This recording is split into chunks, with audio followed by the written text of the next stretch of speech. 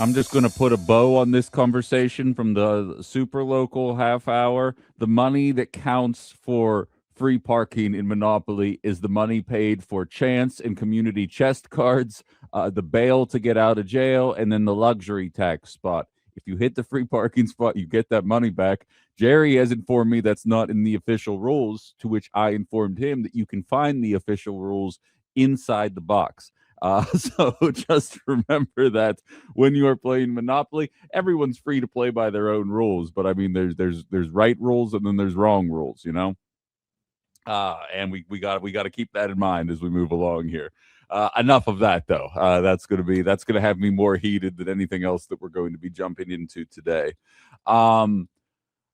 There's a lot to get into and not a lot of time to do it, but I do like to focus on Wisconsin when there is an opportunity to get this state in the news. And it looks like we're dealing with a bit of transition that is absolutely unparalleled during my tenure here. And it seems as though any time in Wisconsin history since 2009. There have been a handful of announcements coming specifically from the Wisconsin GOP of either retirements or a lack of interest in running for re-election. And we'll get to the retirements at the end of this segment because that actually ties into the conversation we're going to have about Japan here in the next segment. But if you haven't heard, less than 24 hours ago, the Wisconsin State Senate leader, Devlin LeMahieu, or LeMahieu, I always hit him with that strange inflection, LeMahieu, will not be seeking re-election. He's been in the Senate since 2014, has known nothing but a majority in the Senate. I believe 18-15 is where it sits right now, with a lot of question about what that's going to look like in the very near future here. I don't think that this is a coincidence that we are seeing these kind of announcements. 4 announcements just in the Senate alone, which, if you're bad at math, 18 minus 15 is 3. This is also going to be the first really, or I should say, real test of the ungerrymandered maps that the OGs of this show remember. We were hard-pressed to go more than 40 minutes without talking about the status of the maps here. And I do feel like, at least as it stands right now, I withhold the right to change this opinion depending on how things end up playing out.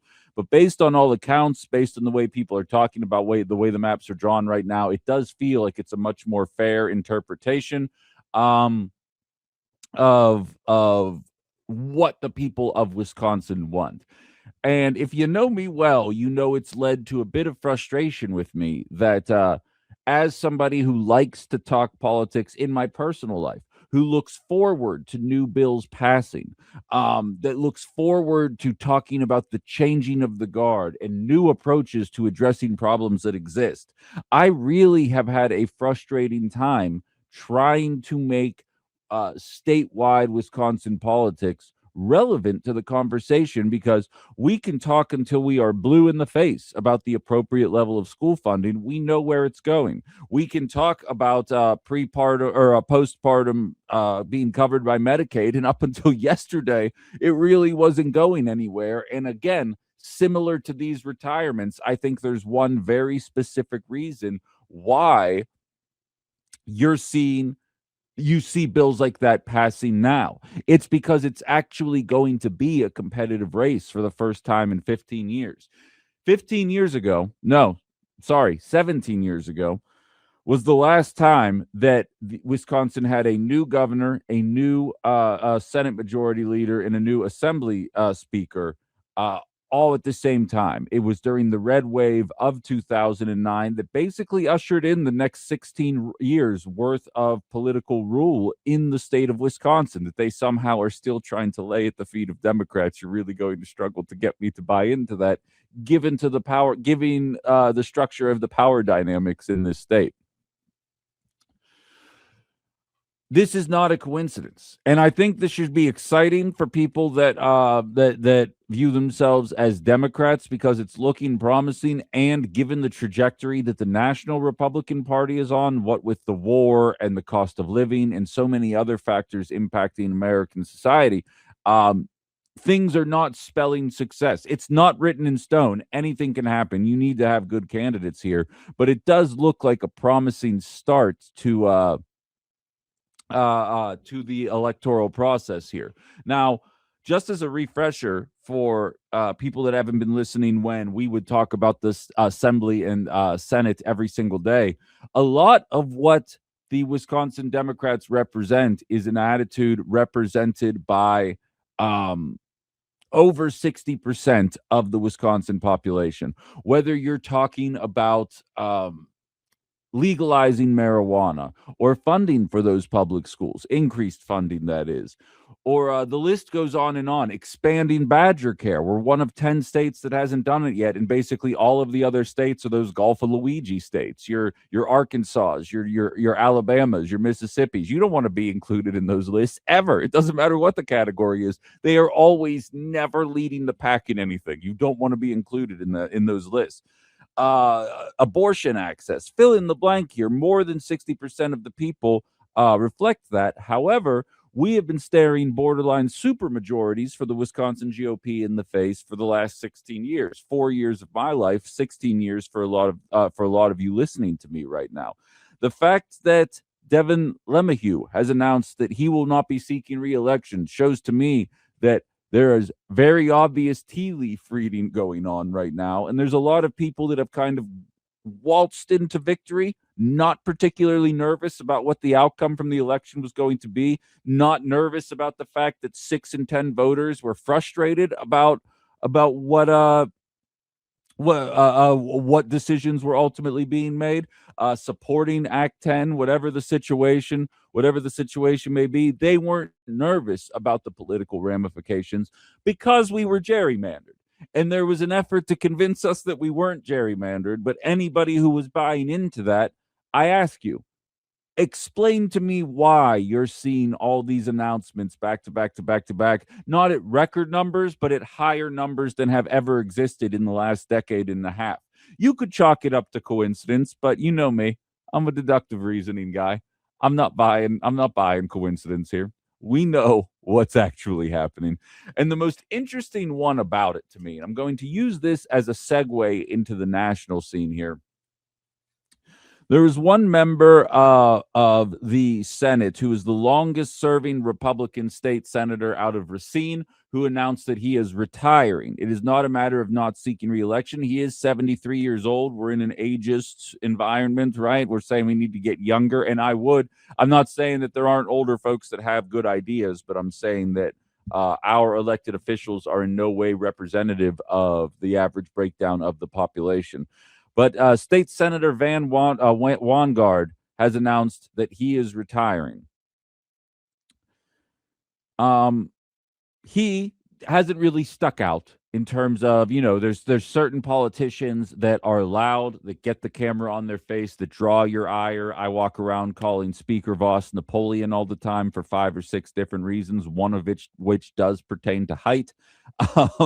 Which I should be better than, but Lord knows I'm not. I've been making tall jokes for far too long in my life, as one person in my YouTube chat can absolutely attest to.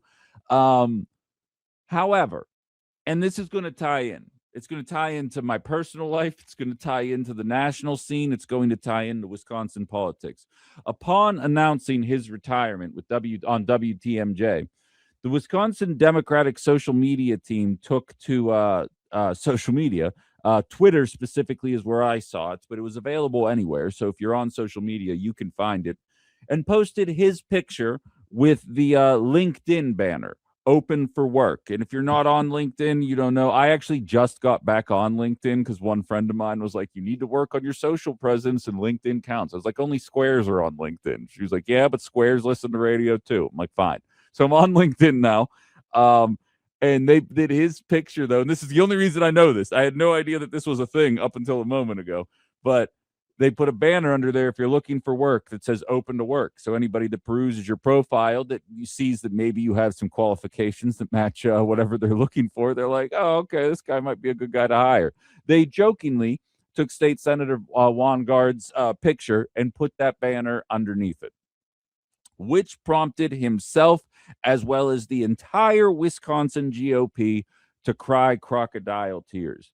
Now, don't get me wrong. Politeness should win the day, right? Like there's a certain level of civility that I feel like social media and a specific president may have taken out of the conversation, but by and large, civility should roll the day. Here's the problem with that.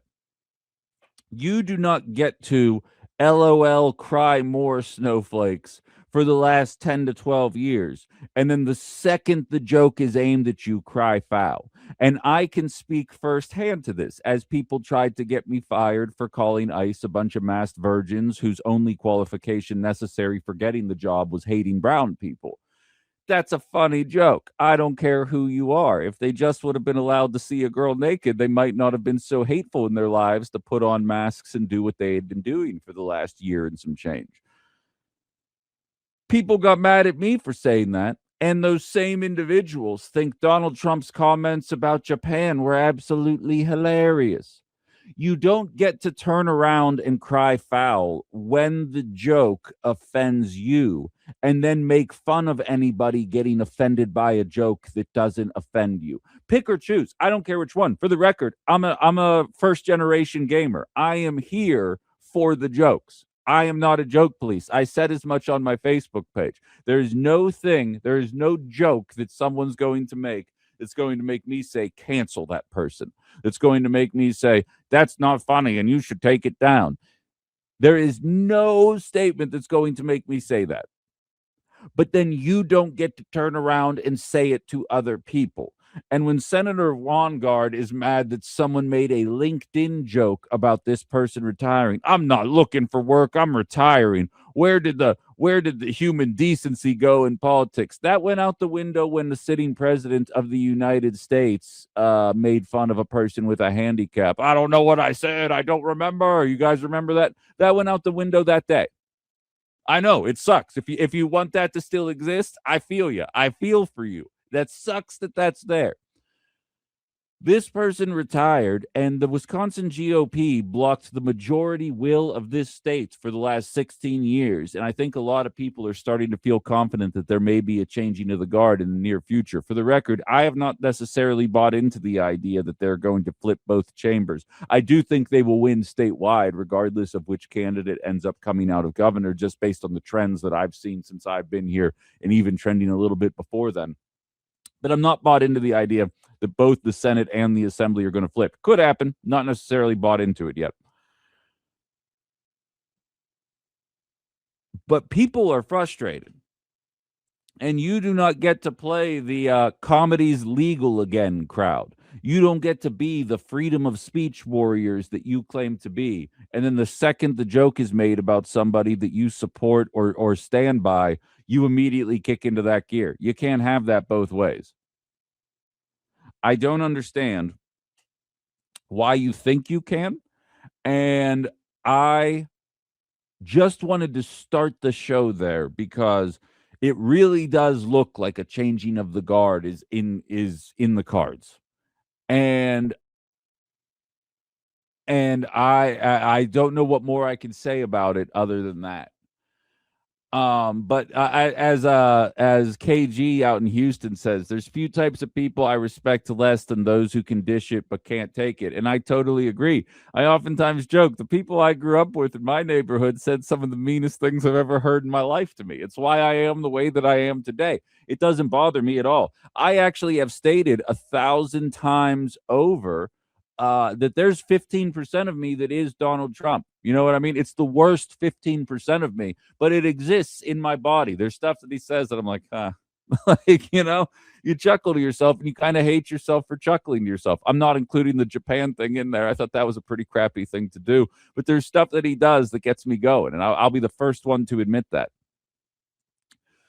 But if you're going to dish it, you have to take it. If you're going to appreciate what he said about Japan, then you better appreciate the fact that I think ICE are a bunch of talentless virgins that are bullies that are doing the only thing that they are qualified to do, bully people. And if that bothers you, pick a different show. Don't sit there and complain. Don't tell the manager, Like, I don't like the phrase Karen because every Karen in my life is a very nice woman, and I don't like that that name has been used to describe a certain demographic of people. But don't be that type of person that is described by that term. Like, you got to understand it. Ben says the days of decorum are over. Both sides are mean and they want you and me to die. No, I don't even go that far, Ben. I don't think anybody wants Senator Wangard to die. I think they're making a comment because, again, Democrats in the state of Wisconsin can smell blood in the water right now, metaphorical blood in the water. They know that a lot of the people running for office right now know that they were using the levers of control. They had control of the Supreme Court, who okayed the maps that blatantly made it so that Democrats never had a realistic shot of even getting close to a simple majority, let alone pushing back against a super majority. And all of that after 16 years is becoming undone. In all likelihood, Act 10 is going to get rolled back. In all likelihood, you're going to start to see certain rules providing access to abortion for people that want it, possibly a statewide effort to legalize marijuana that even a majority of Republicans are in favor of at this point. You're going to see a lot of these things that the majority of people wanted to see happen. And I think there is a frustration with the fact that it took this long to get here, mixed with an excitement. When the sitting president is posting Mortal Kombat memes about war that people champion, and then they sit there and cry because somebody makes a LinkedIn joke about a 73-year-old announcing his retirement from the state Senate, you can't expect people to take you seriously. And I did see one right-wing talk show host down in Milwaukee saying, all these retirements are probably going to motivate the base even more to show up. Good luck with that. Good luck with that. What was gas at when you guys were driving to work today? Brian says politeness in politics, we're way past that. In fact, I've begun to let the other side have it right between the eyes, regularly crying foul. Again, it's a happy medium. If it's in good fun, I posted a picture. I didn't post it to socials, but I've been sending it to friends of mine at work. If you weren't at the bar with us yesterday, there's a picture of a couple of the guys on SCO, and they're all holding a Packers helmet, and they all have a hand on the helmet. And I took a picture of it, and then I sent it to them, and then I followed it up with a picture of all the people with hands on Trump when they're in the religious prayer circle. But of course, Islam is the one with the crazy zealots. Don't forget that. That's a funny joke. There's no ill will in sending those two pictures for people. There's a time and a place for this kind of stuff here. There's a way to do it in a way that doesn't escalate tensions, that at the same time lets people know, like, hey, bleep these guys. And it's funny when you do it that way. This idea that everybody wants people to die, that's what the media wants you to believe, man. That's not real life. You know what everybody wants? An affordable standard of living that they recognize this president has no intention of delivering, and the previous one didn't either. That's all I'm saying.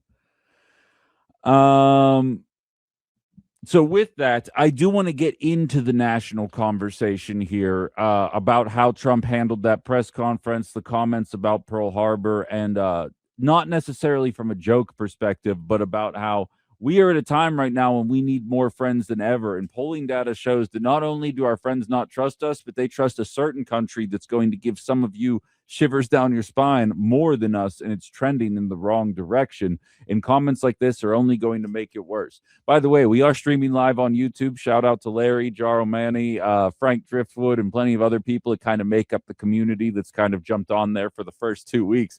Love if you guys joined it as well. It's just at Ben Cominos. You can just type it in the search bar and hop on board, watch the show, take part in the conversation there. It's hard for me to keep up with it because you guys keep it rolling on there, but I absolutely love that you guys are into it.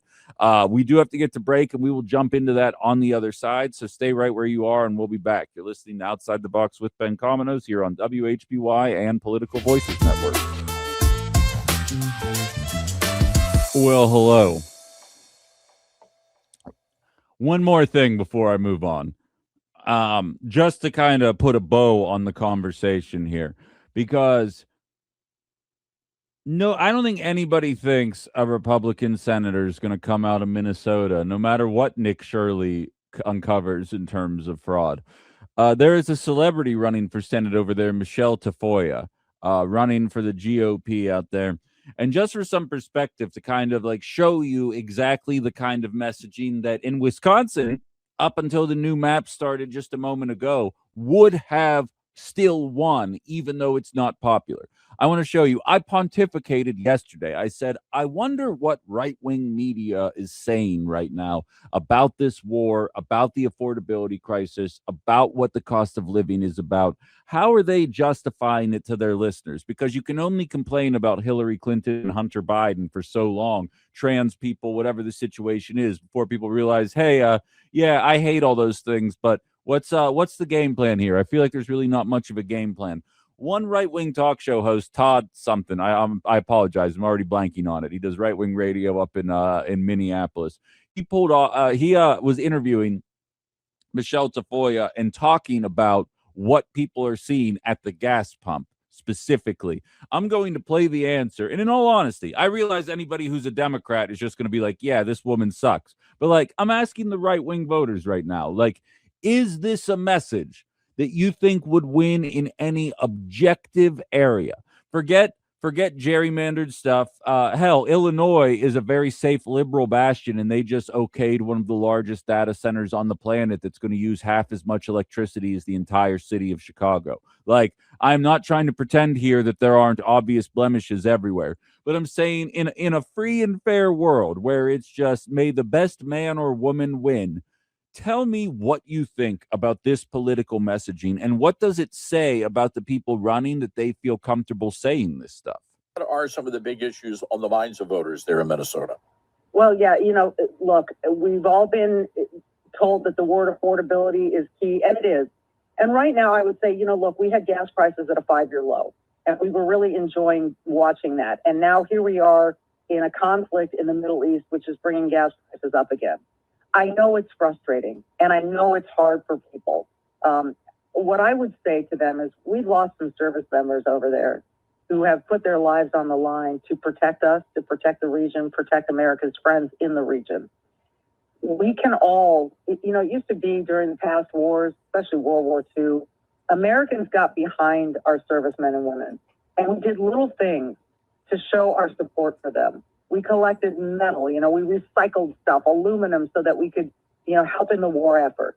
I think right now, at least just kind of keeping a stiff upper lip.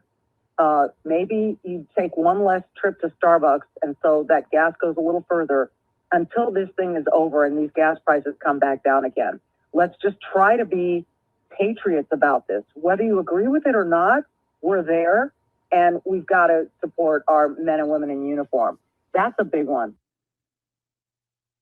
That actually makes my blood boil. I'm going to be honest with you. I think that's the dumbest answer I've ever heard in my life. And maybe it's because as a millennial, I get triggered by morons who act like Starbucks is the reason why there's an affordability crisis right now. There's a very high likelihood that that probably has something to do with it. But truly grasp what she was just telling people right there. Look, whether or not you agree with it or not, we're doing it. So suck it up and drink less coffee, and don't worry, you're going to be fine. Maybe that'll work if we're out of this by the end of April. You know what I mean? Because people do have short memories, and I would highly doubt, were we to get out of this by April, that people would still be thinking about it come November 2026. But I also know that you don't ask for $200 billion to fund an armed conflict if you're intending to get out of it in the next 40 days. And so that's the kind of messaging that persisted in Wisconsin for 15 years without really being able to be challenged on a district by district level. Statewide, as has been exemplified by the last 2 gubernatorial races, as well as the last 3 Wisconsin Supreme Court races, on a statewide perspective, it seems as though it's a little bit more difficult to rein in, other than than Donald Trump himself running against one of the most uniquely unliked candidates ever that was forced upon us. Outside of that one statewide election, Wisconsin has made its leanings fairly well known. Even though the races are close, they tend to skew in one direction. But when you hear answers like that, that's either spoken by somebody who doesn't really have a grasp on why people are struggling, or doesn't have or isn't particularly concerned about actually winning, and there's an ulterior motive for what they are doing here. I had one listener send me a video of a guy, it was a black guy, who made a video just recently where he was wearing a MAGA hat. Turns out he had been posting for 3 years because it turns out that if you're a black guy and support MAGA talking points, even if you don't, you can make tens of thousands of dollars. And he made a video where he was dancing with all of his money and announced that it was all a grift, because we're so easily duped into this kind of stuff. I'll tell you right now, if we lived in a society where Greek people were the people that were ostracized, the people that were talked about like transgender communities or black communities were in the day, and I would be willing to turn on my mics and say, if Greeks would just learn to assimilate, maybe we wouldn't get so much hate. There would be an avenue for me to make so much money. And I think that has to come out of it as well. But the idea that Michelle Tafoya would go onto a radio program, be like, look, are you patriots or not? Pay more for gas for the war that nobody asked for and no one can explain why we're doing it.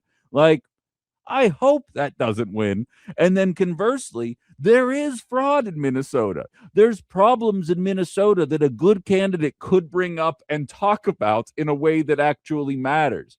But if the choices are a couple $100 million in fraud, but also voting to send $200 billion to Raytheon and Lockheed Martin, or a couple hundred, just let the fraud continue on, but at least you have somebody that's going to talk about the war in a meaningful way, I'll tell you what I'll sign up for 10 out of 10 times. And I would assume the majority of Americans would as well, based on the polling data that's out there. We have our first caller of the day. Anybody else wants to chime in? 920-281-1150, 920-281-1150. Hello, you're on Outside the Box. Hey, good morning, Ben. Yeah, what's up, man? Well, first of all, I think it's funny how she was lumping in being patriotic to supporting the troops. I think, yeah, I like to believe that most Americans always support the troops. It's the government and the government actions that people don't support. Right. The troops are pawns for the government. Yes. So, I thought that was funny. And, and one, if you don't go to Starbucks one time, so you're not going to spend $14 when it costs $55 to fill up your gas tank. Yeah. You're still going to pay $40-some. Right. I don't know. And then silly. But, do you go get coffee, Ben? Do you go and get coffee before you start your day? No, I do not drink coffee. No. Neither do I. I've never gone to Starbucks in my life. I think that's probably my biggest pet peeve with it. Is it's like, okay, so that's not an option for me. So what's option 2? But go on. I interrupted you. Continue on. Well, another interesting thing that, like in the first Trump term, I'm sure you can remember that a lot of Democrats are beating their chest over, he has access to the nuclear codes. Sure. He's unhinged. He's unfit. He could hit that nuke button anytime. And this was when there wasn't really a war, yes, per se, like now. Now there is one. We are bombing Iran, and we went and got Maduro, and we are striking other countries, and nobody's talking about it.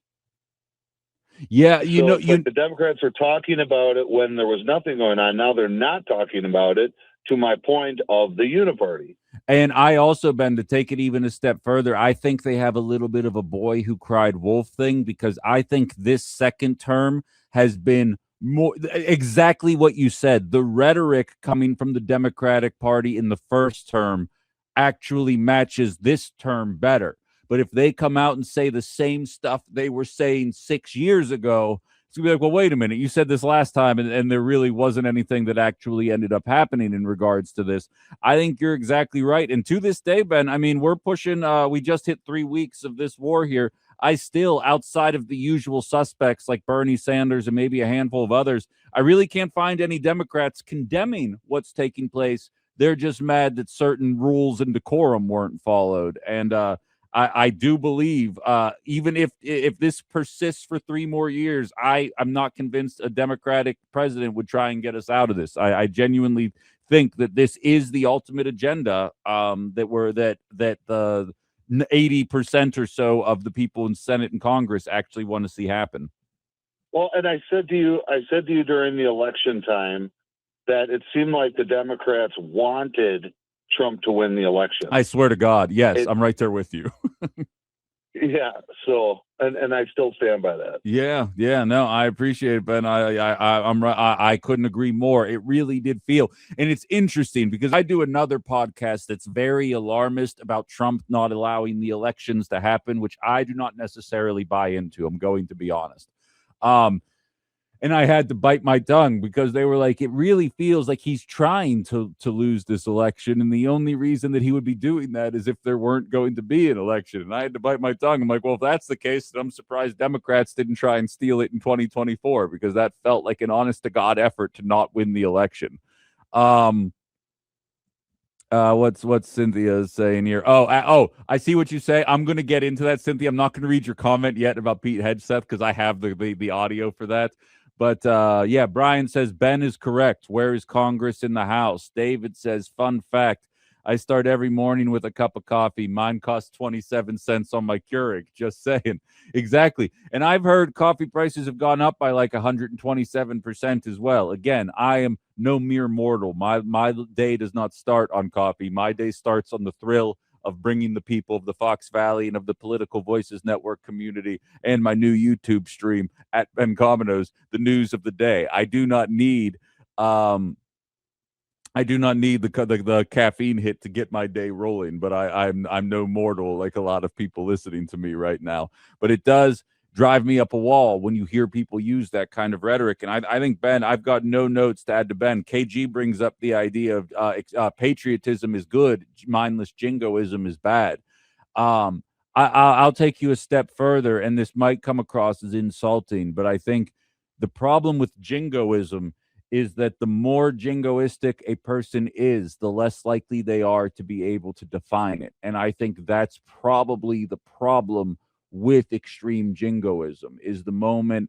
And I said it 2 days ago. Ben served in the war on terror, so he saw this stuff firsthand. He joined a cause because when you're young, when you're brought up, when you join the armed forces, you're told you're going to do X, Y, and Z. And then all of a sudden you realize certain people in the troops in the armed forces are defending oil fields or whatever the situation is, or it's a war for resources. Some people buy into it. Other people turn away from it and begin to question why it is that they found themselves in that position. And it's on a person by person basis. All I can do is speculate about this kind of stuff and highlight the historical elements and the parallels between what we see today compared to other eras. But it does feel like there's more and more people waking up to it. And as Cynthia highlights, there's one incredibly ironic comment that comes from our DEI defense secretary that I think you guys will want to hear, but we'll do another call first. Hello, you're on Outside the Box. Morning, Ben. Yeah, what's up, Dave? I would really appreciate like the cable stations when they do an interview like Haley does on her program. Ask the congressman or somebody, what's your background? Where'd you come from? How'd you get to that job? They could even just do it with a chyron or something, you know. They don't have to necessarily verbally do it all the time, but I want to know where these people come from. After all, Reagan was actually an actor, right? Sure. Essentially, Trump was an actor. Our Congressman Tony Weed, I think, basically owned gas stations. I mean, where'd you come from? They're giving them too much deference. They give them that title of senator or congressman, and it makes them, you know, above everybody else. What was your background? Mr. Mullen was a plumber. Yeah, sure. Yeah. And I mean, I kind of, because media people are the same way. I worked with a guy back in Pittsburgh who would try to portray himself as knowing everything all the time. Very professional dude, very good at what he did, but he's just a guy. You know what I mean? He didn't have a PhD. He wasn't an expert in anything. He just would read occasionally, and that's why I wear on my sleeve, like, look, I'm a guy with an internet connection and some basic deductive reasoning, and I bring you guys my thoughts on the news of the day. I think it's a matter of so many people using these different pillars, whether it's the media or social media or politics, to kind of dress themselves up. And as we gain more constant access to these individuals, I think the more human they're ultimately ending up becoming. I don't think FDR or Herbert Hoover or any of the presidents from back then were any better or worse than the ones of today. It's just today, whenever they think something stupid, they can hop on Twitter and just go out and say it. Now, maybe Trump might say some uniquely stupid stuff that I'm not going to take away from that. But I do think the constant access, it's the same thing with athletes. Are the athletes more or less well-behaved than they were in the 70s? Probably the same. But now there's cameras everywhere, so we see when they act like idiots. And it's just like that kind of thing, you know? But I do get the point that you're making there for sure. Yeah. Well, even the host, I mean, Joe Rogan was a comedian. Now so many... He was on Fox at one time doing, like, Kimmel was doing this show called Mad Men or something like that. The Man Show? The Man Show. Man Show. Oh, I remember that one, yeah. Rush Limbaugh was just a local, he worked the port for one of the football teams, and beyond that, he always was just a radio jock. Oh, for That's sure. all he ever did. For sure. Sean Hannity was a painter before he ended up becoming what he was. Not like an artistic painter, like he painted homes. It's house painter. Yeah, it's uncanny how these people, and I appreciate the call, Dave. But yeah, exactly. I would totally agree with that sentiment. Trust me, anybody with any capacity for self-reflection that finds themselves in the position that I am in will question a lot of things about life. I'm going to be honest. You guys have kind of slowly, over the course of 3.5 years, watched me become more and more disillusioned with the media. And as I oftentimes say to you guys, I could find you an economist to prove whatever point you want to see made. I believe in the corporate greed angle of it, and I can find economists that are going to back that claim up. I can also find you economists that are going to tell you that it's because we pumped too much money into government programs. No matter what the situation is, I can find you an expert that's going to back those claims up. And to one more point, because I see DSL saying the vast majority of people in politics come from privileged backgrounds or three-letter agencies. First of all, yes. Secondly, though, and I think what's important to bring home, and I'm not telling you have to agree with this individual, but I think it's the principle that matters. When Tim Walz was selected as the vice presidential candidate for the Kamala Harris campaign, we learned about his personal life. And he shared a story about how in his earlier days, when he was just starting his family, I think he got laid off or something happened. I don't know what the specifics were. I can't remember if he owned a business or if he worked somewhere else, but something happened, whether it was the 2008 crisis or whatever it was, where he lost his income and came very, very close to within days of losing his home. And when I heard that story, I was like, man, it really would be nice to have somebody that understands exactly what it's like to be on your last dollars when you're trying to figure out how to pay rent. But then other people heard that story and said, why would I want a guy that almost lost his own home as the second in command at the White House? And so, like, we say we want the everyman. We say we don't want any more millionaires. We say we want average individuals running for office. And then when that comes about, we find a reason to say that we don't want it. AOC, for better or worse, there were videos of her riding the subway after a bartending shift to go to a debate, and you would see her, I remember very vividly, you'd see her taking the shoes for Cruz off and putting high heels on so that she could go look more classy. Whether or not you agree or disagree with her politics, there is no doubt that she understands what it means to work for tips, that she knows what it means to have to find a way to make sure that you can pay rent, to know what it means to have $10 in your bank account and know that you have between 36 and 50 hours before you're going to get your next paycheck, and you have to figure out how you're going to stretch that $10 until then. That's a real Ben Comino story from my early 20s, by the way. You want to believe that the people running for office can actually relate to that stuff, but then when they share that that's where they came from, they say, well, why would we want someone like you making important decisions? If we actually mean this stuff, then we have to actually mean it when we're talking about it. And I think Dave brings up a valid point, as does DSL there. They kind of tangented me off of the whole Japan thing, which we're going to have to go to break, and we'll finish the hour with that conversation there. But I think it's an important distinction to make here, that if that's what we're actually looking for, then I think we have to consider that in conjunction with political policy. 73 out of 100 members of the Senate are millionaires. If you're wondering why it seems like so much of the policy benefits millionaires, look no further. If you want that to change, then we're going to need more normal people in these kind of positions. But with that normalness comes baggage, comes questionable social media comments from your early 20s, like Graham Plattner's going through right now. Comes the economic strife that comes with being a millennial, graduating into a recession, only to find out that a decade later there's going to be a pandemic coming your way right when you start to get your footing. You're going to need to be some kind of understanding of that if we're going to pull through, if we're going to actually shift the millionaire concentration in our House and in our Senate. But with that, we're going to squeeze one quick break in here, though. We are going to put a bow on this conversation. We'll at least start with Japan. I've got so much more to get into here as well. We'll keep it rolling, though. Stay right where you are. Outside the Box, Ben Cominos, WHBY, and Political Voices Network. All right, we're back. Ben Cominos, Outside the Box, WHBY, Political Voices Network. Outside the Box is brought to you by Roush Plumbing and Remodeling, the plumbing and remodeling company the Fox Valley depends on. If you're just joining us, like there was a rundown for this show. I swear to God, there was.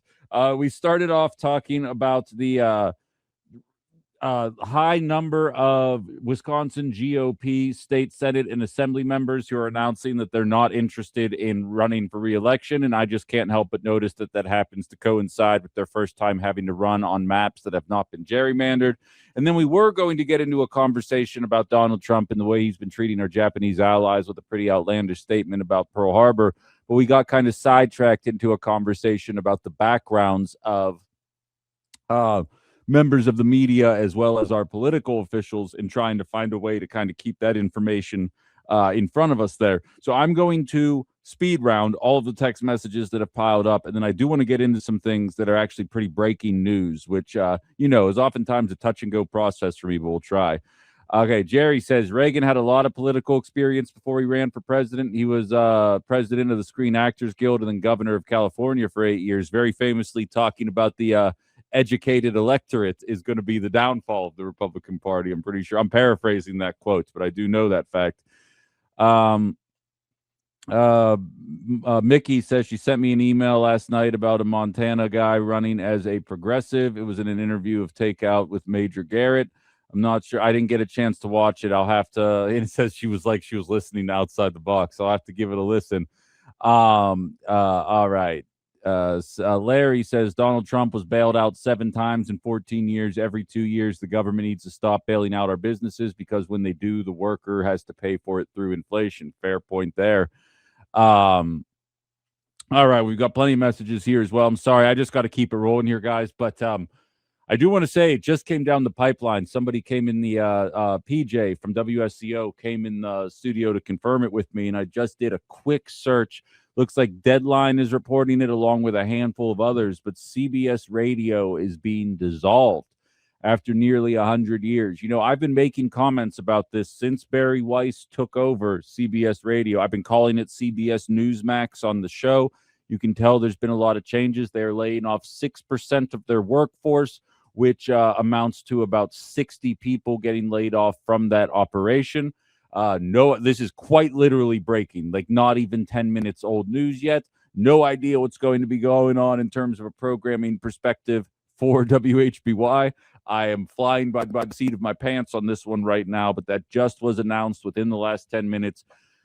Almost 100 years old, Barry Weiss has announced that it's going the way of the dodo here. You know, blah, blah, blah, hardest decision to make, so on and so forth. I'll be honest, I've been saying it since she was given the reins, but I never would have guessed that giving a woman who had a blog with a couple of followers on it, but a very, very staunch support for Israel, and against the scourge of wokeness. I never would have thought that giving somebody a major news network, control of a major news network like that would result in such sweeping negative changes and job losses so quickly, yet here we are. I don't think anybody could have seen that coming except for literally anybody. But while we're there, this is just going to be the ADD show, and that's absolutely fine. We will get to Pete Hegseth, I promise. I would like to put the myth to bed that all of these wealthy people are job creators, and that's why we can't tax them into oblivion. David Ellison is also part of the CBS move here as well, which I think should be highlighted. But moreover, it is March. It is March 20th. UPS has laid off 30,000 people. Amazon has laid off 16,000 people. Intel has laid off 15,000 people. Volkswagen has laid off 50,000 people. Meta has laid off 16,000 people. Oracle has laid off 30,000 people. Citigroup has laid off 20,000 people. Now, those companies that I mentioned, some of them are union, some of them are not. Some of them have seen wage increases. Some of them have not. Some of them pay handsome wages already and really didn't need to see any kind of increase. Some do not. But if there's one thing that is in common here, it's that these layoffs are coming, and they are coming at a record pace that we have never seen before, somewhat brought about by AI. But then when you look at the metrics talked about with AI and the economic growth as a result of implementing AI and the job satisfaction as a result of AI, you're going to struggle to see anybody actually condoning these layoffs as they are happening. So the difference being, when the 2008 layoffs happened, it sucked for the people that were laid off. And I'm not going to minimize that for a second, but the jobs still existed. They were filled by younger people that were willing to take smaller salaries in the name of making sure that the CEOs and the owners were able to take home a larger percentage of the profit. But the jobs still existed. Those jobs aren't coming back this time around. These people are getting laid off. The record profits are still happening, and there's been no real push in order to try and fix this. Jeff Bezos has begun the process of raising $100 billion so that he could buy manufacturing companies and then use AI and machinery to automate them. He's going on his $500 million yacht, going to a $50 million wedding, using $100 billion to buy companies with no intention other than eliminating the jobs. And we're going to sit here and say that we can't tax that guy. If I turned on my microphone a week ago before this JAG decided to do this and said we should just tax Jeff Bezos $100 billion right now, we should take it and apply it to a system that is designed to keep people afloat, people would turn around and say, Ben, how would this guy build 40,000 more Amazon warehouses and employ and all the losers that can't figure out how to get jobs somewhere else? Meanwhile, he's been laying off record numbers of employees. He's already automated 40% of Amazon as we speak, while using every dollar he can to lobby against any kind of increase to the minimum wage. And now he is attacking other industries. He's doing exactly what Amazon did for the last 20 years, attacking the mom and pop shops until they go out of business, and then being the only game in town. And we are now seeing that happen on the manufacturing side. DSL just said to me a couple days ago, this is why you need to learn a skill and make sure you can do X, Y, and Z, because it's going to be the white collar jobs that go first. Waka Waka, it looks like there isn't a safe place to land when you really step back and look at what's going on here. And CBS Newsmax is just the latest example of that happening. I have gone on multiple rants about how local media has been hamstrung time and time again. In the early 2000s, the radio station that I worked at in Pittsburgh had reporters stationed in the Middle East to report on the Middle East. We had one reporter whose job it was just to stay at City Hall. And anytime the people in the Assembly or the Senate or whomever tried to sneak something past the public, there was a man, and I like technically a woman, but let's be real. Look at the era. It was probably a man. There was a guy who was ready to report on it. So when you find out through the grapevine after they've already voted, state Senate votes unanimously to give raises to every member in the state Senate, there's afterthought outrage, but nobody can really do anything about it beforehand. You can't raise the picket, the what do you call it, the torches and the pickets outside before the fact, because now every local operation only has one person doing the reporting. There's a groundbreaking at a new hospital today on the same day that they're trying to vote to give themselves a raise. Well, pick and choose which one of them is going to make it into the newscast. And now we're seeing it happen on the national level. And you know what's super interesting, and I can give you guys some insight into this, is you watch Fox, you watch MSNBC, you watch CNN, and they used to have producers and an army of reporters and all this access to insight that people like me never could get. Right? They had the insiders, they had the funding, they could do this stuff. And so people like me were always beholden to be like, okay, I guess we'll run with what these guys are saying, but we're going to look at it through a specific prism because I don't trust anything coming from these people.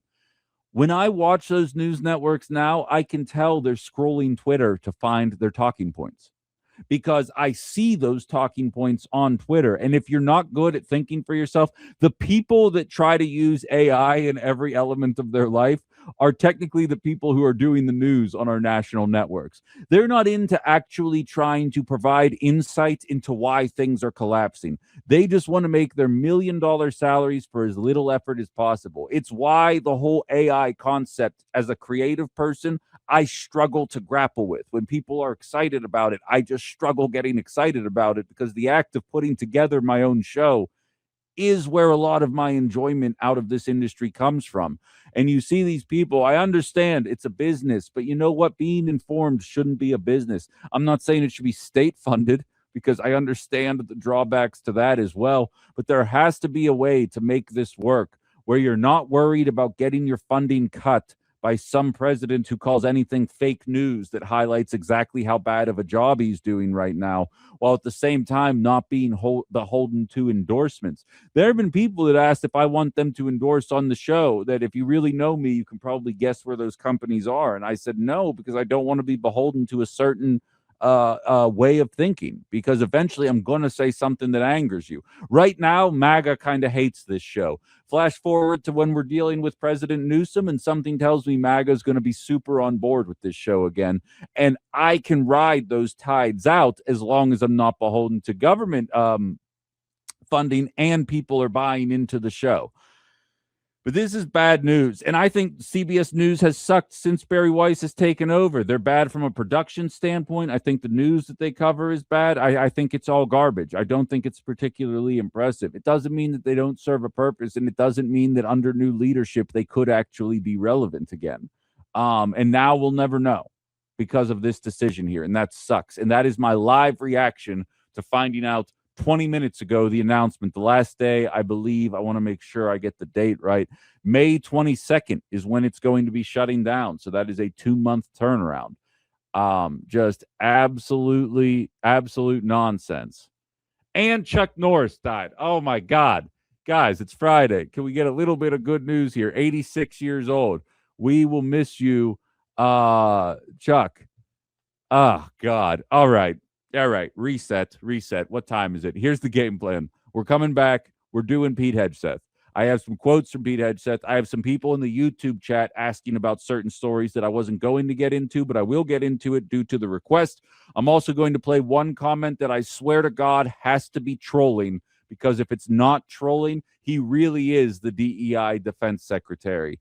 And I am going to if you haven't heard about the comment about where the theocratic nation of Iran invests their money, and that's why their citizens are mad. If you haven't heard this quote yet, buckle up, because your head might just explode on a Friday.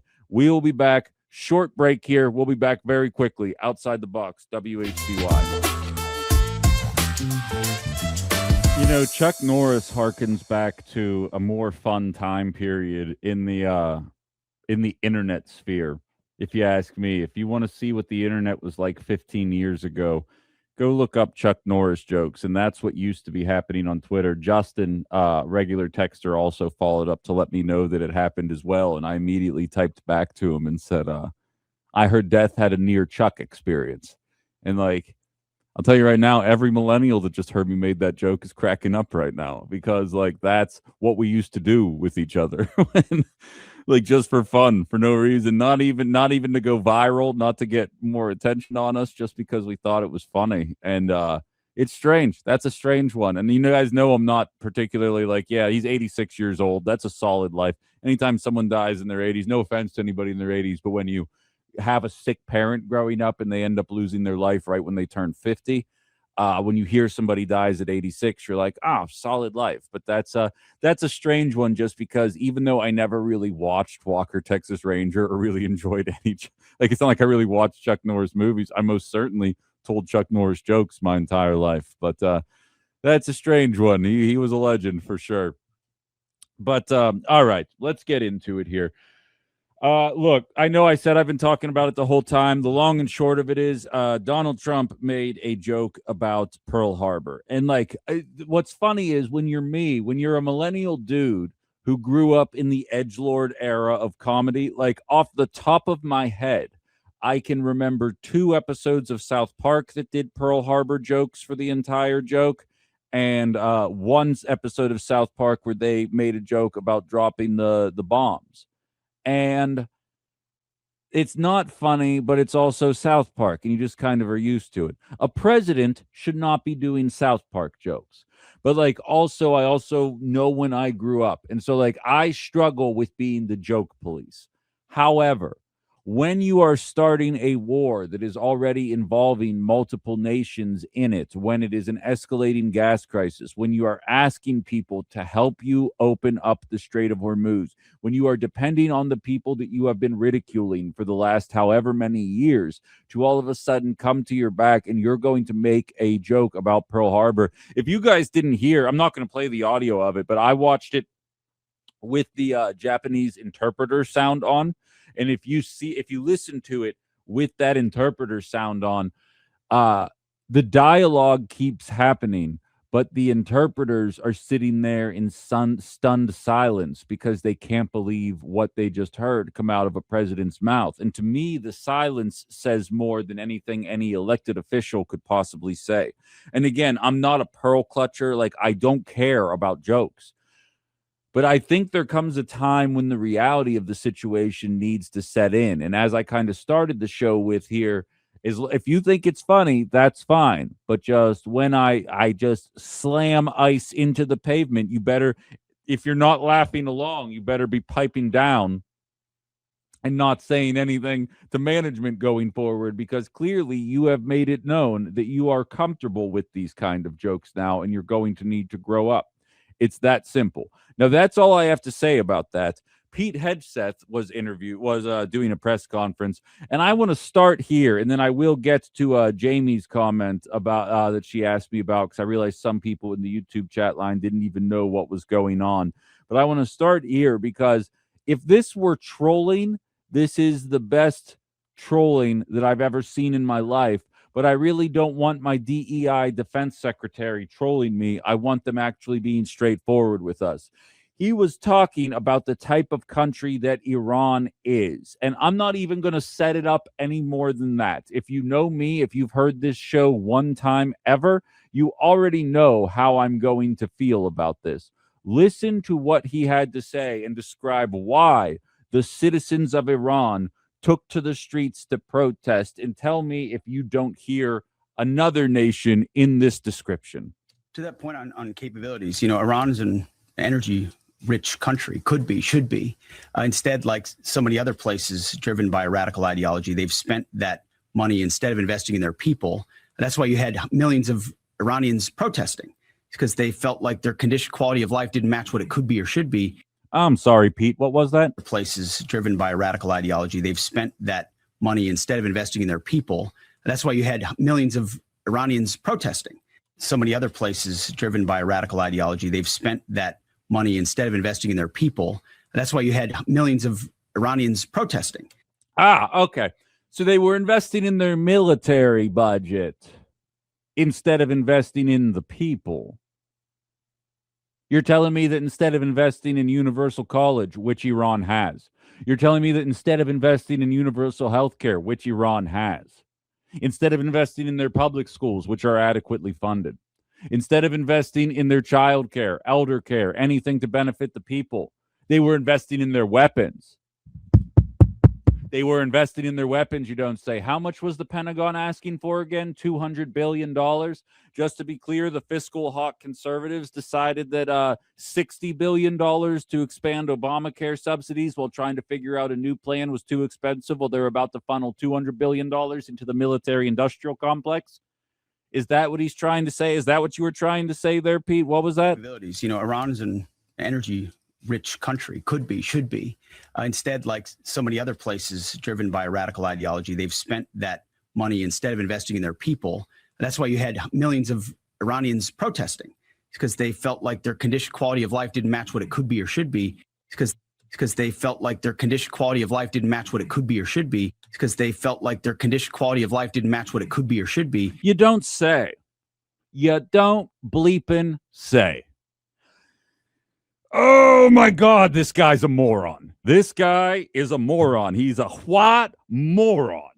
Nobody should take this clown seriously. Moron. Stupid. Moron. I don't know if it was trolling or not. Congratulations, you got a triggered leftist. You are a moron, Pete. You have no idea what you're talking about. You have not a leg to stand on. You are in that position because it's a DEI position, and we needed more stupid what boys in the Defense Department, and you managed to get a position there. You moron. Waka waka MAGA.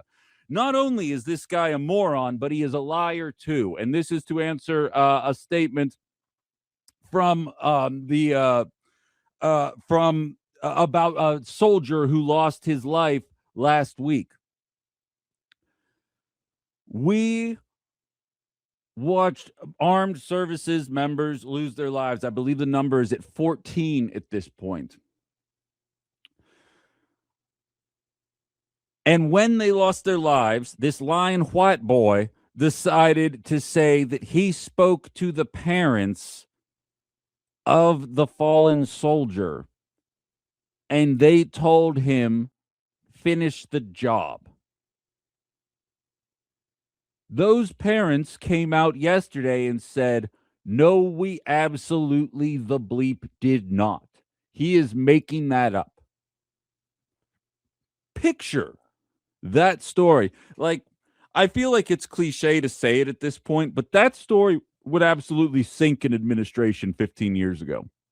Soldiers died for a pointless war caused by our president.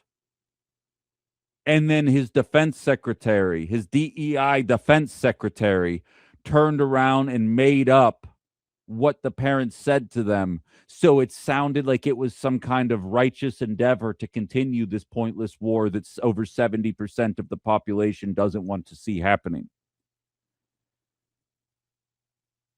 I don't understand how these morons still have support. I mean, I do get it. A cultist is going to cultist. I watched Blue MAGA exist, and I will say, I can say with a full throat, the most obnoxious cult is the cult that is in power. When Blue MAGA was in power, pretending that Bidenomics was working, it was obnoxious because I knew absolutely to the contrary what was going on. But the idea that people can support these morons blows my mind. And I see Jimmy trying to pull some kind of MAGA crap. Real quick, Jimmy, abortion access. Type to me how you feel about it, and then we'll talk about women's rights in Iran, okay? I want to hear what you think about women's rights in America. Because the DEI defense secretary, the stupid what boy, has got a preacher marching around with him that says women shouldn't be able to vote, and nobody's condemning him. So let me know your thoughts on that, Jimmy, and then we'll get into any of the dumb things you want to say about Iran, okay? This man should not be taken seriously. And I think it stings extra. Like, I'm almost punched out at this point. It's kind of like when the Democratic Party anointed Kamala Harris, it took me 10 shows. It took me 10 shows of screaming into the mic and just mother hubbing the Democratic Party, saying this is because they know that people want progressive leadership and they're blocking it from happening. And after 2 weeks, I finally had punched myself out. I was like Bruce Willis at the end of Sin City, punching that yellow-faced dude, if you guys ever seen the movie, and eventually he's just punching the concrete at that point. I feel like every day I wake up and I feel like I'm getting to that point with the Iran war. And then eventually someone from this DEI Defense Department comes and says or does something so stupid that it's like it's a new war all over again to me. Iran's an energy rich country, could be, should be. Moron. Instead, like so many other places driven by a radical ideology, they've spent that money instead of investing in their people. Moron. That's why you had millions of Iranians protesting, because they felt like their quality of life didn't match what it could be or should be. Stupid moron. Nobody take this guy seriously. The guy has my job. Pretend I'm telling you this about the Defense Department and tell me how safe you feel about these decisions right now. This guy is a jackass. And this administration is not doing anything for the American public. I called it when Democrats were in office. I said, I do not want our money going to Ukraine. By the way, since February of 2022, $175 billion have gone to Ukraine. Donald Trump is asking for $200 billion right now for Iran. So just for some perspective on things here. But beyond that, I said, if MAGA were to take the reins and the options are send our tax dollars to Ukraine to help them defend themselves against Russia, or send our tax dollars to Jeffy B and the Nazi saluting moron in the name of becoming trillionaires and automating their workshops, I'd rather give the money to Ukraine. And it turns out that in my wildest dreams, I did not believe exactly how little the MAGA movement was actually going to do for America in what is alleged to be an America First movement. And then to have the audacity, the balls, to get on the air and say, the reason the people in Iran are protesting is because they are investing in their defense systems instead of investing in their people. And then taking to the microphone to lie about what the parents of a fallen soldier have done, and have the alleged patriots, the real American patriots of MAGA, stay silent. Do not expect me to take you seriously when Democrats whoop your ass in 2026 and again in 2028, and they're funding Mexicans coming into this country in order to do transgender surgeries for people in the military. Do not expect me to take your complaints seriously, because you have not a serious bone in your body. It is laughable that somebody would try and do this and say this. And I can't help but feel, because Pete Hegseth is a moron. He's a stupid moron. He is a dumb, stupid, mother-hubbing moron. Trust me. But I think he knows what he's saying when he says that. I think he's testing exactly how much MAGA will focus. Jimmy snapped to attention, clapping like the trained seal that he is. What about Iran's women? What about Iran's women? We need to do this war for Iran's women. Because he knows he can say this stuff with not an ounce of irony in his voice. And people like Jimmy won't hear it. He knows that MAGA won't hear it. And that's fine. Choose not to hear it. But Waka Waka MAGA, the guy with the microphone, is going to make fun of the people that act like they don't hear it. Invest in the people. You just compared us to the theocratic nation that is Iran. And guess what? If little Petey there had it his way, the 10 Commandments would be in every school. We'd be teaching creationism instead of evolutionism. If Pete and his boys had it his way, we would be that theocratic nation. It's just that we actually have rules to prevent it. And trust me, people like Pete are trying to find ways to circumvent it, because Jimmy's nervous they're coming to trans as kids. David says, you should copyright your idiot white boy. Yeah, I spell it H in parentheses, WHITEBOI, in case you were wondering, is the appropriate way to spell it.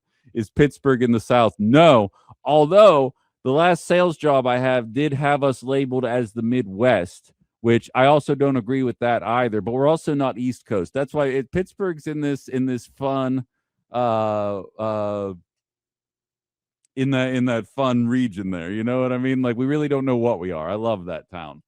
But I appreciate nevertheless. And Jerry says when Chuck Norris went swimming, he didn't get wet. The water got Chuck Norris. Damn right, Jerry. You get what I'm doing there. The segment started out fun. I needed a Chuck Norris joke to kind of start off because I knew I was going to pop off on this moron when it happened because they have no idea what the hell they're talking about. But nevertheless, Jimmy will defend it till he dies. We know he will. He's a cultist. That's fine. This isn't for him. This show is for the rest of us that are coming to grips with the reality of the situation here that we are struggling in. We're going to go to break. We're going to have a longer final segment here in the show than we normally do, which is kind of a nice change of pace, but I need to reset. I've got a lot more things that I still want to get into here before we wrap up the show, but I want to make sure that I get the ship right here, and I see that the YouTube chat line has been popping off, so I want to take some time to read along with that as well. Anybody wants to text, we got the text line 920-281-1150. We've also got the YouTube chat. I'll be honest, I haven't even looked at my emails today. Thankfully, nobody's tried to communicate via email, but that's also on the table as well. Still trying to balance all these different measures here to keep chatting with you guys. Doing my best. That's all I can say. We're going to go to a quick break here, and we'll be back for a final segment of the week before you guys can enjoy some pleasant Haley chat as well as March Madness. But we got to do one more segment of the real stuff before we get into it. I got one more thing that I'm a little heated about. Probably not as heated as that, though. And any other thoughts about our DEI defense secretary, the stupid white boy that Jimmy idolizes, let me know. 920-281-1150. 920-281-1150. We'll be back in just a little bit. You're listening to Outside the Box with Ben Cominos here on WHBY and Political Voices Network. Waka waka, Jimmy. All right, I've been told I'm required by law to do one more segment. And it's fine. You know, I'm going to miss you guys these 2 days, so may as well get it in here. By the way, I was slacking on the YouTube chat here. So first of all, Jero Mani says, Gen X think the Chuck Norris jokes are great too, and I appreciate that as well. Yes, I'm just looking at it through my own lens, but realistically, I believe that there is a ubiquity to Chuck Norris jokes, which are very nice. And then Anna hit me up with Chuck Norris counted to infinity twice. When Chuck Norris does push-ups, he pushes the earth down, and the boogeyman checks his closet for Chuck Norris. So that's just a taste. That's just a smattering of what was available online before, everything sucks now. People enjoying that. I love playing it over and over again. And then in response to Jimmy's lackluster effort to pretend to care about women's rights in the name of funding never-ending war and defending his dad president, Anna says, should women vote? How do you feel about the Heritage Foundation? How do you care about the SAVE Act? You can't admire taking away women's rights in our country and then condemn it in others, to which Larry followed up with, we have trouble keeping or sweeping our side of the street.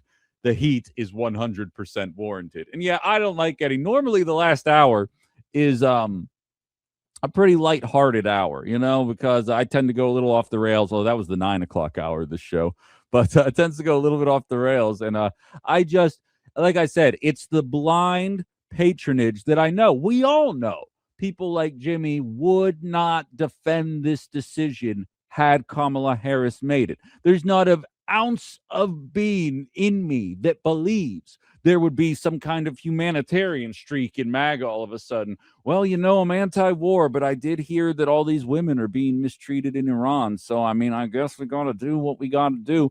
That wouldn't be a conversation that happened. And we all know that.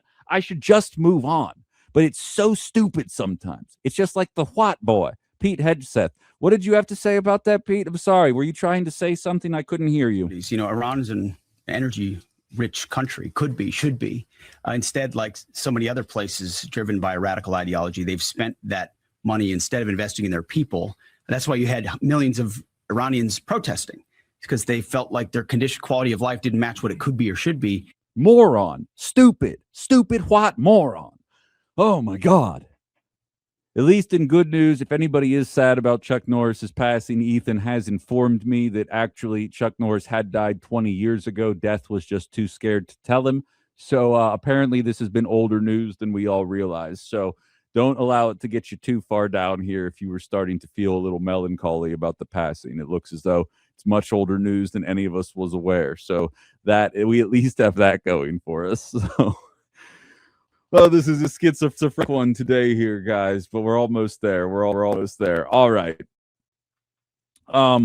We do not know what we will be talking about. There is no more confused point in my career than between 11:30 and noon when I am working on a promotion for what the Monday show is going to be about. Not having any idea of what's going to happen on a day-by-day basis. Because let me say it this way, because it's something that I've been struggling with lately as well. It's a little bit more of a human moment here, but we as humans are on an information overload. And in a lot of ways, it is good. It is good that we have access to this kind of information because we need to know. And I oftentimes use Israel-Palestine as an example, a place where Jimmy, I'm sure, is very nervous about the way that the civilians in Gaza have been treated since October 7th. I'm never going to stop.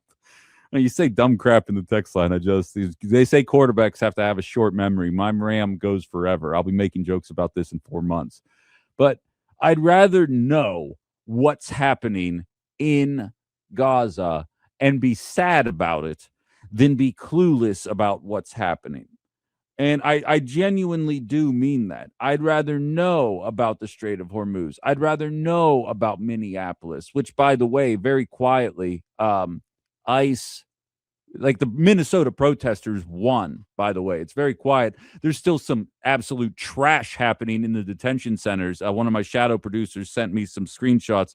I'm not going to have time to get to it today, but I'm going to work those in eventually of 7-year-olds writing notes about what it's like in those detention centers. But in terms of the masked Virgin Army murdering Americans in the streets, those days are gone. And Donald Trump is quietly saying behind closed doors that with Mark Wayne Mullen's approach to ICE, it needs to change because the political sentiment was so negative towards immigration enforcement that they can't continue behaving the way that they are. And I'm surprised that more liberals aren't gloating, and rightfully so. This is the one time that I would allow it. And I'd be like, no, dude, strut your stuff, because I'm thrilled at what Minnesota did, but being aware of all that stuff all the time can weigh on you very heavily.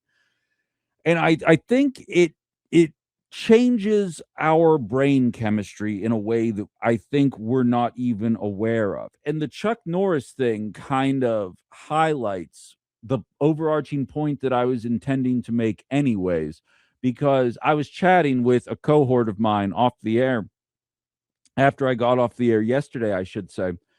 And he was saying, people are looking for some bygone era of the internet that I just don't know ever existed. I just think there's more of X, Y, and Z thrust in our face.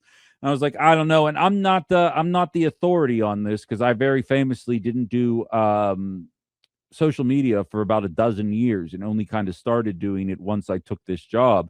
But I do know from group chats and things that were sent to me that it really did used to be a more fun place.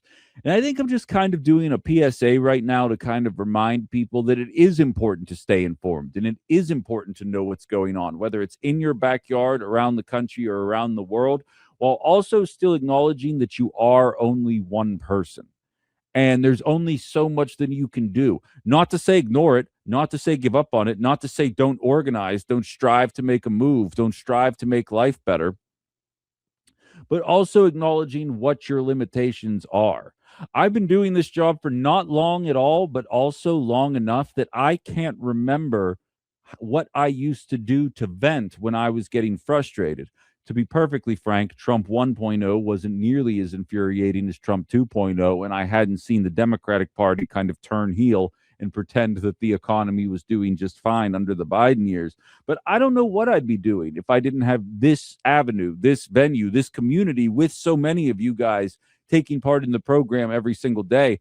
I don't know what to expect.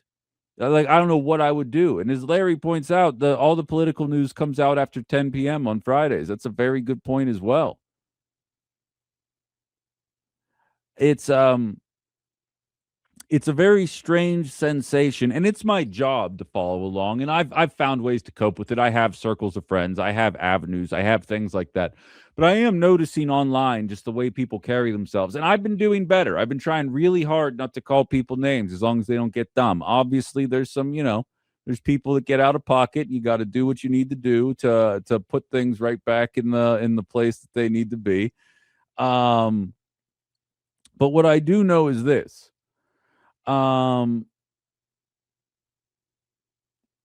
We as a nation can right this ship, but it has to be a serious effort. I posted something yesterday on my TikTok talking about how there's more disaffection with what Donald Trump is and what the MAGA movement is than ever before. But if you think for a single second that those kind of people are going to turn around and vote for Gavin Newsom, I have terrible news for you. It's a matter of working from the bottom up and actually meaning what we say. If you were upset that money was going overseas to Ukraine, but you're also championing cuts to SNAP and Medicaid, what exactly do you want to see happen with that money? If you were in favor of defending the Ukrainians, but also in favor of defending Israel in the eyes of what was going on with Gaza, how do you reconcile those points? Working on your own circle and then branching outward is the best you can do. It's one of the first segments I ever did with you guys. My life philosophy is, I don't know what the meaning of life is. This is the Ben Commono's meaning of life. We were put on this earth to make lives better, first and foremost for ourselves, which sounds selfish, but it's realistic. I oftentimes state when people try and gotcha me with owning a duplex, I say, well, radio only pays so much. And if you're going to be able to get a message out there and do a program like the one I do, you can't do it from the gutter. Your health, mental well-being, fiscal well-being have to be in order before you're going to find yourself in a position to be able to take care of others. But once you are in that position, you shouldn't be that bald bastard Jeff Bezos making $250 billion, buying manufacturing plants, and then automating them. Why do you need more money, and why does it require you eliminating jobs to do it? It shouldn't. There's something broken in people that they would choose to do that, and more importantly, that they would choose to support it. That they would try and paint me as the radical, say, you know what? Tell the government to take $100 billion from Jeff if that's how he's going to do it, and use it to fund SNAP benefits for the next 20 years.